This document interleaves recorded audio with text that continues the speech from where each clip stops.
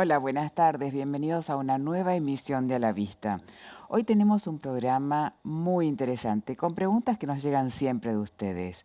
Siempre nos piden que hablemos de dos temas importantísimos, la diabetes y la hipertensión arterial, dos enfermedades crónicas que la verdad acechan a nuestro país. Y por otro lado vamos a hablar de un museo que es un museo muy inclusivo, muy accesible, el Museo de la Cárcova, que hace unas visitas guiadas espectaculares para todas las personas con baja visión o ciegas. ¿Me acompañan?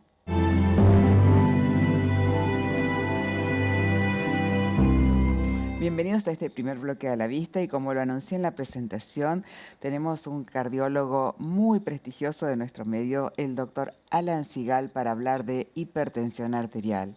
Alan, gracias por estar con nosotros. Gracias por la invitación. Alan, te voy a presentar. ¿Cómo no? El doctor Sigal es médico cardiólogo y especialista en terapia intensiva y es coordinador de cardiología crítica del Instituto Cardiovascular Buenos Aires.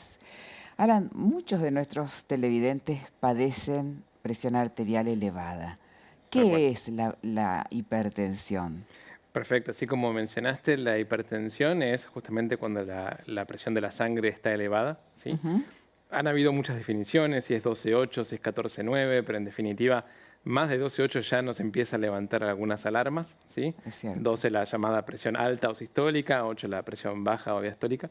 Ujú, Y esa elevación de la presión es muy frecuente, no solo en nuestro medio, sino en el mundo. Es uno de los factores de riesgo cardiovascular más frecuentes de todos sí, y de los más silenciosos, claro. y ese es el mayor peligro que tiene. Porque al no dar síntomas la presión elevada, Ujú. muchos pacientes se enteran que son hipertensos cuando llegan al infarto, cuando llegan al ACV, cuando llegan al primer evento cardiovascular que podrían haber evitado de prevenirse y de diagnosticarse precozmente la patología. Sí, es cierto, porque muchas veces el síntoma puede ser un mareo o un dolor de cabeza que siempre decimos que es por estrés, no, estoy Tal cual. nervioso, no, no dormí bien, en vez de controlarnos la presión, ¿no? Tal cual, tal cual. Y es un factor que siempre debemos medir nosotros en el consultorio Ujú, y que los pacientes tampoco deben dejar de controlarse, porque incluso bajo tratamiento muchas veces es necesario a lo largo del tiempo ir modificando las dosis, ir agregando drogas. sí. La hipertensión no es una enfermedad estática, no es Ujú. algo que uno trata y se acabó el problema. Es algo que es un continuo y que mientras más se desatienda, más consecuencias trae. Es cierto. ¿Y cuántos pacientes ves vos que a lo mejor pasaron 4 o 5 años y no tuvieron un diagnóstico de hipertensión arterial? La mayoría. La mayoría pasa así, porque, como te decía, los factores de riesgo en la mayoría de los casos son asintomáticos. Entonces, uno está tan ocupado habitualmente en su vida diaria que Ujú, no se toma el tiempo de ir a controlar su salud, que tal vez es lo más importante que tenemos. sí, Y pasa mucho que vemos pacientes y les tomamos la presión en el consultorio, 16,10. Jamás se habían enterado que eran hipertensos. Y ahí empieza toda una cascada de estudios que por supuesto tiene que incluir una visita oftalmológica por los efectos oculares de la hipertensión. es cierto. Incluso a veces nos pasa al revés, que el oftalmólogo nos deriva a pacientes, Sí, que el oftalmólogo encuentra signos de enfermedad de la retina por la presión alta en y pacientes que jamás supieron que eran hipertensos. sí, y Y le nos dice al anda al paciente, cardiólogo, anda al cardiólogo. tal cual. Exactamente. Y esa gente, a ver, ¿cómo te lo digo? Que dice que no tiene la presión alta, simplemente que porque fue al médico y se puso nervioso, la presión, le subió. Sí, también pasa muy seguido. La hipertensión de guardapolvo blanco como entidad existe. Sí. Hay un cierto grupo de pacientes pequeño que realmente tiene presión normal y Ujú, que solo le sube en la situación de consultorio. Son los menos y es un diagnóstico de descarte. No tenemos que pensar eso siempre. Toda vez que nosotros encontramos una hipertensión en el consultorio, tenemos que corroborar cómo está en la casa, tenemos que hacer ujú. un seguimiento estricto. Puede ser un automonitoreo de presión, puede ser una presurometría, pero necesitamos cerciorarnos del diagnóstico. ¿Que existe la posibilidad de que sea solo el estrés de la consulta? Sí, pero es muy baja esa probabilidad y no podemos tomarla si no exploramos el resto antes. Claro, y decirle a ese paciente, a ese enfermo, que es importantísimo que se siga Crucial, controlando. Y a veces tienen miedo, no, me van a hacer tal cosa o tal otra, me va a doler. Y los estudios no son invasivos en absoluto. para controlar la presión arterial. Tal cual. ¿Y qué le decís a esa gente que a lo mejor tiene un diagnóstico muy bien hecho, fue estudiado, está medicado y de golpe se siente bien y deja de tomar la medicación? También pasa seguido, lamentablemente. Creo que lo importante, y cómo lo manejo yo al menos, es darle información al paciente. Creo que un paciente informado, que sabe a lo que se enfrenta, tiene mucho más chance de ser adherente al tratamiento. Es Si el cierto. paciente sabe que mantener la presión bien controlada es la clave para evitar complicaciones y sabe qué complicaciones, neurológicas, oftalmológicas, del riñón, o sea, si el paciente entiende y uno le explica y se toma el tiempo de hacer eso, Ujú. los pacientes ahí toman conciencia un poquito de enfermedad y eso mejora mucho la adherencia. También está el otro extremo, los que están obsesionados con la presión y en ese caso hasta casi es preferible porque por lo menos la presión va a estar bien controlada, Sí, pero sí es importante para mí la información, que el paciente sepa por qué lo estamos medicando y no solo porque queremos ver bajar unos números en el aparato, sino porque queremos evitar complicaciones potencialmente graves y con secuelas claro. duraderas para siempre. Sí, y aunque estén medicados, si comienzan con visión borrosa, con mareos, con dolores de cabeza muy fuertes, Tal cual. tienen que volver a consultar al cardiólogo y también al oftalmólogo. Totalmente de acuerdo. Incluso el mayor factor de riesgo dentro de los hipertensos para desarrollar complicaciones es no estar adecuadamente controlado. Ujú. Es como el principal punto y es donde más tenemos que hacer énfasis. Que no dejen de controlarse, que no dejen de tomar la medicación, que coman sin sal, que hagan ejercicio. Todo eso hay que hacerlo de forma sostenida. Es un cambio de estilo de vida que hay que mantenerlo o aumenta significativamente el riesgo de las complicaciones. Tal cual. Alani, decime una cosa, si mi papá es hipertenso, ¿yo voy a ser hipertensa o tengo que cumplir con otros factores de riesgo? No es necesariamente, siempre hay una cierta predisposición cuando hay antecedentes familiares. No es obligatorio que uno va a ser hipertenso si tiene un familiar directo hipertenso, Sí. pero siempre, o sea, nunca está de más tomar medidas preventivas para evitar que eso pase, ¿no? Ujú. Si uno antes de un diagnóstico de hipertensión ya reduce la sal, hace ejercicio y toma ciertas medidas de salud general, eso ya de por sí va a reducir tu chance de ser hipertensa con predisposición genética o no. Sí, disminuye el peso, no Ni hablar. fuma. Fundamental, fundamental. Sí, son todos factores de riesgo importantes, no solamente la edad, no Ni es una hablar, cuestión, ni hablar. no es una cuestión solo de edad. Y, Alan, ¿qué opinas de esos medicamentos que, así como en su momento, allá por los 90, salió la toxina botulínica como el suero de la juventud, ahora son como mágicos para perder peso y Bien, tienen otra indicación, tienen una totalmente, indicación precisa para una enfermedad crónica también importantísima como es la diabetes? tal cual. Pero la gente lo toma, lo Sí, sí, consume o se lo inyecta a diestra y siniestra. definitivamente creo personalmente yo que hay un sobreuso. Sí, Es una medicación que, como bien mencionaste, está diseñada para la diabetes y en el escenario de diabetes genera descenso de peso, genera reducción de riesgo cardiovascular. Realmente claro, es una droga que es excelente cuando está bien utilizada. entiendo. Y el descenso de peso es un efecto, pero sobre todo es un efecto con dosis que en Argentina no se usan. O sea, en Argentina no está disponible la dosis de descenso de peso, está disponible la dosis de diabetes. Ajá, Entonces la estamos usando para una cosa que no sirve. Entonces sí, un poco vas a bajar de peso, pero no está diseñado para eso. Y cuando uno usa una droga y no tiene las indicaciones precisas y lo usa de forma sin control adecuado, eso puede traer consecuencias. Incluso se ha reportado hasta un incremento de la retinopatía diabética con el uso de estas drogas. ujú, Tiene sus bemoles esa discusión. Es cierto que en los estudios donde se vio esto eran pacientes que ya tenían retinopatía previa y vieron como una empeoría y que está más relacionado al brusco descenso de la hemoglobina glicosilada, que es uno de los marcadores de la diabetes sí, que uno de genera los esta más droga. importantes, Esto sí. ya se había visto con la insulina incluso. En los primeros Ajá, inicios de la insulina generaba un descenso tan brusco de la hemoglobina glicosilada que empeoraba la parte visual. Eso obviamente con el avance tecnológico de las insulinas se ha totalmente apaciguado. ujú, Pero con estas drogas, al usarlas sin control y en escenarios donde realmente no tienen una indicación precisa, porque muchas veces no son diabéticos, ujú. puede generar problemas, como por ejemplo en la vista. Entonces, no hay que desaconsejar el uso de estas drogas, pero sí aconsejar el uso correcto y supervisado. Supervisado, sobre todo eso, Tal cual, sí. Y para lo que está indicado, ¿no es cierto? tal cual. Yo tengo conocidos que viajan de países limítrofes porque acá lo pueden comprar, Claro. a lo mejor a menor precio. Y bueno, vos ves gente de Hollywood que dice yo bajé no sé cuántos 30 kilos con kilos, esto, sí, claro. Entonces es muy tentador. claro. Pero antes de usar cualquier tipo de droga, la importancia de la consulta con su médico. Sí, no solo inicial, sino continua. No solo Totalmente. que nos hagan la receta, sino que hagan primero una evaluación apropiada previa y Sí. si consideran que es necesario, usarlo y tener un seguimiento pautado para no caer en complicaciones innecesarias. Sí, ¿por qué será que todos queremos el remedio mágico, no? Sí, sí, sí, ni hablar. O sea, estamos buscando la píldora mágica que solucione todos los problemas. Lamentablemente no hay recetas mágicas, Ujú. eso ya lo hemos demostrado muchas veces. El trabajo hay que hacerlo, hay que hacer ejercicio, hay que comer sano. Y después puede haber medicamentos que nos ayuden en un montón de cosas, pero no hay recetas mágicas que no tengan después alguna consecuencia si están mal usadas. Tal cual.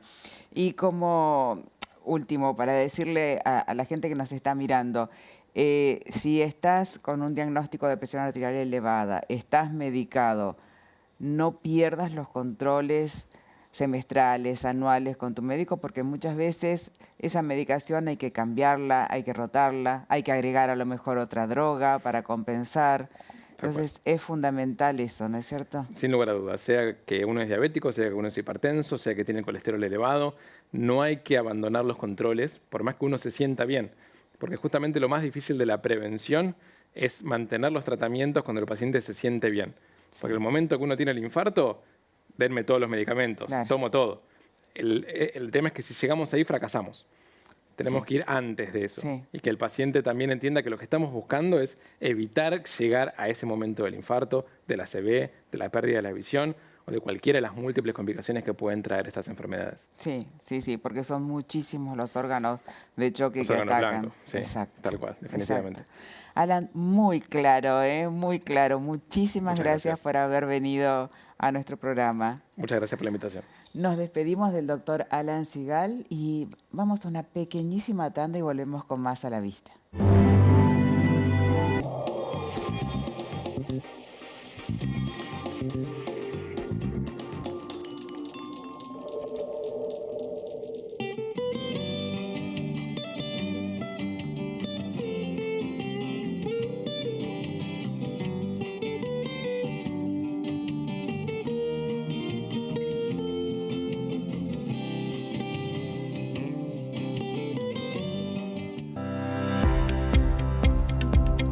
Hay varios médicos en distintas partes de Argentina siguiendo pacientes. Los resultados preliminares que tenemos son bastante satisfactorios, que lo que son publicaciones de estudios de otras empresas internacionales en el exterior. La experiencia personal y el seguimiento de los pacientes a 6 meses da resultados muy buenos. La mayoría de los pacientes no están mostrando nada de progresión, ¿ven? O progresiones de 0,25, muy poquitito.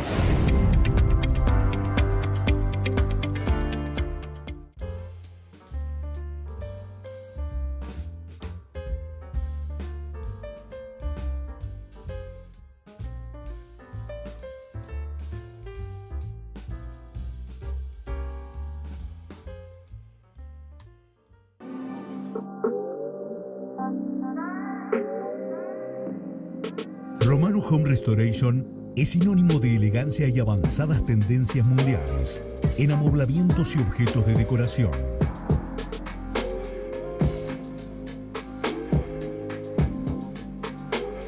Somos una empresa integral dedicada y reconocida por particulares, empresas corporativas, hotelería y empresas constructoras.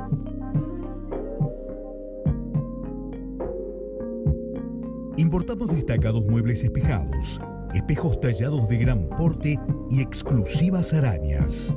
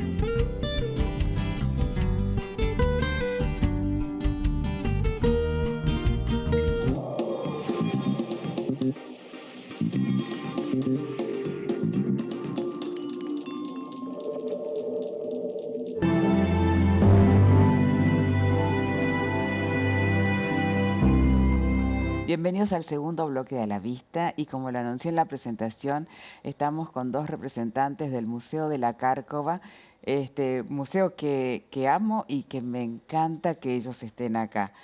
¿Cómo están ustedes, chicos? Bien, bien, gracias Los por voy, invitarnos. yo feliz de que vengan nuevamente. Los voy a presentar a los dos. La licenciada Clara Miraldi, que es especialista en arte terapia y se desempeña en la Escuela Gatti como terapista ocupacional, y el licenciado Santiago Lima, que es licenciado en Gestión del Arte y la Cultura y es coordinador de los programas de comunidades y accesibilidad. Algo que es tan importante y que el museo se lo toma tan a pecho, ¿no?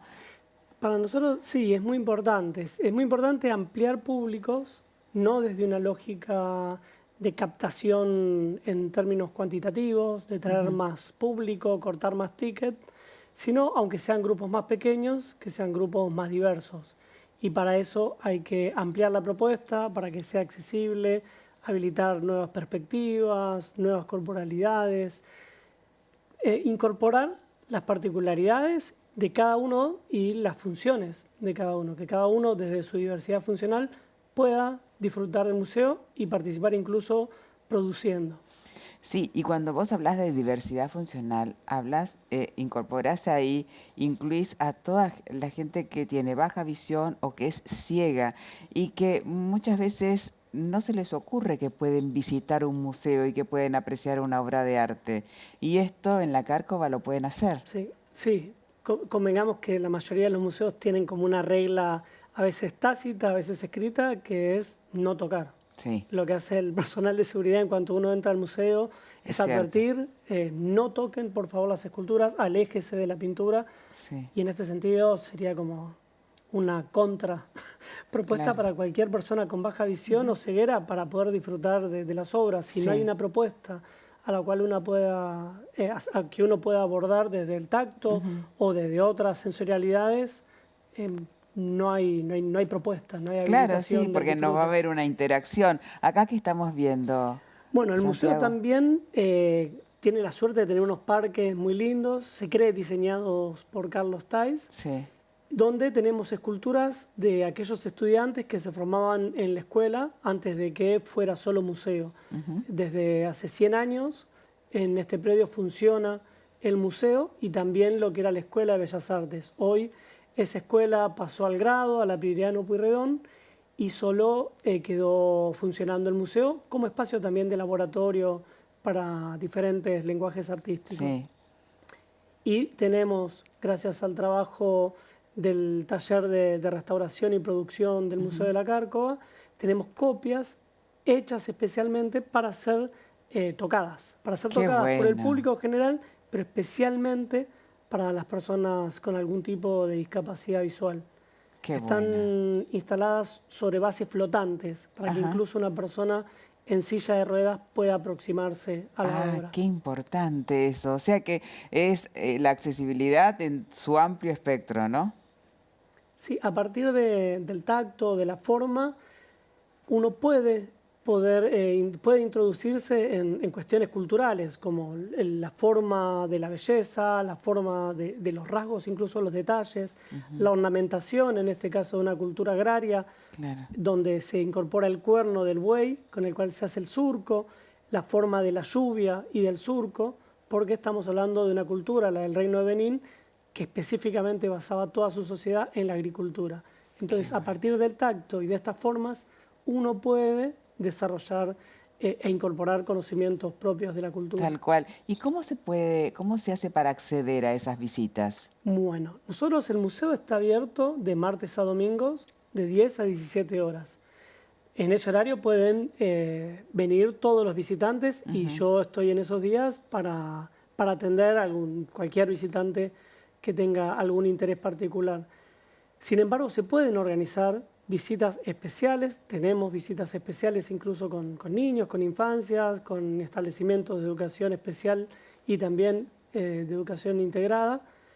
Y para esto deben comunicarse vía mail al mail carcova.educacion@una.edu.ar, u otra organización puede también comunicarse directamente conmigo al mail la letra S, .lima@una.edu.ar. Ese me parece más fácil.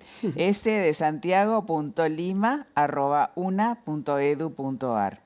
Y de esta forma podemos realizar visitas, recorrer los talleres, pensar incluso actividades para trabajar más a mediano y largo plazo. Establecer redes es una de las partes más importantes en esto de ampliar públicos. Sí. Generar como un trabajo conjunto a largo plazo, que es el que tenemos la suerte nosotros y el que enriquece mucho al museo, de trabajar con la Escuela Gatti ya hace 5 años. Venimos desarrollando proyectos, muchos también por el mismo interés de las colegas de la Escuela Gatti, que encuentran en el museo un espacio para desarrollar el trabajo con los estudiantes. Y eso es importantísimo para la gente y por eso es que nosotros tenemos tanto interés en difundir lo que hacen. Ahora contanos un poquito vos, Clara, ¿qué haces en la escuela? En la escuela soy terapista ocupacional, Sí. formo parte del equipo interdisciplinario. Puntualmente lo que estamos articulando con el museo es a través del taller de cerámica. Iniciamos con la profesora Daniela Lobos y después no solo con cerámica, sino lo ampliamos al taller de grabado. Y la propuesta es justamente trabajar desde ahí la accesibilidad en la cultura, que nos parece muy importante y relevante también tomarlo desde ahí, teniendo en consideración de los derechos de las personas con discapacidad, ¿no? Que es lo que estamos trabajando ahora desde la Convención, como una necesidad y como un derecho. Y desde ahí es que empezamos a crear la forma, que ellos puedan hacer todo el proceso de la producción de su obra de arte, finalizando con una exposición en el museo. La exposición la hacen en el Museo de la Cárcova. La hacemos en el Museo de la Cárcova y ellos son quienes hacen la audiodescripción de la propia obra. Ay, qué lindo. ¿Y están presentes a veces? Están presentes, formó parte de un ciclo que hicimos durante todo el año, con encuentros que hacemos, ahí están pasando por la prensa, ellos mismos haciendo todo el proceso de producción, ¿no? No es nada más que hacer el taller o pasar la experiencia en un momento, sino todos los pasos de la actividad para el gofrado o para el colagraf, y después poder hacer la impresión de la estampa en grabado y después hacer las fichas de cada producción en braille y en tinta, si es para baja visión, le ponemos color si están trabajando la parte de percepción visual desde el color. Entonces es una forma también de hacerlo accesible y a diferencia por ahí de otros museos, como decía acá Santiago, esto de no tocar, al revés. Ponemos la estampa del otro lado para que la persona tenga que percibirla por medio del tacto y se haga el recorrido visual de la obra. ¿La estampa o el crudo? Ponen las dos cosas? Las dos. Claro, no, a veces por una cuestión de museografía exponemos el crudo, sería la matriz, la hacemos, cosa que generalmente no se hace en una exposición. A veces incorporamos la matriz y la copia que se obtiene en papel. Trabajamos con materiales incluso al alcance, que esto se puede replicar de forma fácil, de forma autónoma, con materiales de reciclaje, con papel, un papel económico, el registro exacto, y hacemos esto que plantea Clara, que surge también de conversar a ellos cómo les interesa que sea presentada la obra. Esto de presentar la obra dada vuelta para que sea registrable, recorrible de forma táctil. ¿Y de qué edades estamos hablando, Clara? Son adultos jóvenes los que están participando. Un grupo fue más entre 40, 60, otro grupo fueron más grandes todavía, hasta la persona adulto mayor que participó, no sé, tenía cerca de 70 años. Mirá. Es diverso el espectro de edades y en paralelo trabajamos el grupo de cerámica, con un referente en cerámica, con el profe de cerámica, y en grabado ahí está una de las participantes con baja visión haciendo su matriz de cerámica. Algunas muestras temporarias se hicieron de forma más focalizada, invitamos a la familia, vienen algunos visitantes a recorrer el museo ese día de la inauguración, pero hubo otros momentos donde, por ejemplo, la universidad festeja los 40 años de democracia e invitan a este taller a formar parte de una exposición donde iban a participar artistas, estudiantes, graduados de la universidad, y quedó inserta en una exposición, en un proyecto mucho más grande. Entonces ahí hubo inauguración, brindis, champán, fotos con las autoridades de la universidad y visitantes que no iban solo a ver la muestra de la universidad, sino que quedaban insertas. No es la muestra de unos estudiantes con discapacidad visual, estaba todo incorporado. Una muestra de artistas. Qué linda. No, sin distinción, lo cual también es interesante para no caer en algunas prácticas de focalizar, decir, bueno, hacemos esto dirigido a este conjunto de personas. Es enriquecedor para todos. Y queda solo en ese círculo de personas. Ampliarlo. Tal cual. Para, generar estas tramas que son más ricas de significación. Sí. A mí me pasó el dato de la producción de que el Museo de la Cárcova de la Universidad Nacional de las Artes celebra su reciente selección en el concurso Ensayar Museos 2024, que fue elegido entre 152 postulaciones. Y el premio es un subsidio más para el museo y eso es importantísimo porque aclaremos que es un museo público, gratuito y sin ningún tipo de restricción. Todos podemos entrar, todos podemos ir. ¿Y decimos la dirección del museo? El museo es Avenida España, 1701, frente al ingreso de la Reserva Ecológica. Frente al monumento de Lola Mora, quizás ahí se ubican más. Frente al monumento de Lola Mora, sí. Frente al monumento a las Nereidas de Lola Mora. Un lugar espectacular para ir, ahora que la temperatura está bajando, es un paseo para toda la familia, ¿no? Sí. Tenemos un parque muy lindo para hacer picnic y un museo muy lindo para recorrer. ¿Y en el parque se deja hacer picnic? Sí, en el parque sí. Dentro de las salas no, pero en el parque. Pero ese es un lindo dato para toda la familia. Lugar para hacer picnic. Sí. Muchísimas gracias, chicos. Muchísimas gracias por contarnos todo esto que es tan interesante para toda la comunidad. Gracias. Gracias por la invitación. No, al contrario. Nos despedimos de Santiago, Lima, de Clara y nos vamos hasta el próximo martes a las 17:30 aquí en A la Vista por Canal Metro. Y si tenés el fin de semana y no sabés qué programa hacer con los chicos, con tus padres, con tus abuelos, el Museo de la Cárcova, frente a la estatua de Lola Mora, en el Parque Ecológico, es realmente una actividad que se las recomiendo a todos. El fin de semana y cualquier día de la semana. Nos vemos. Muchísimas gracias.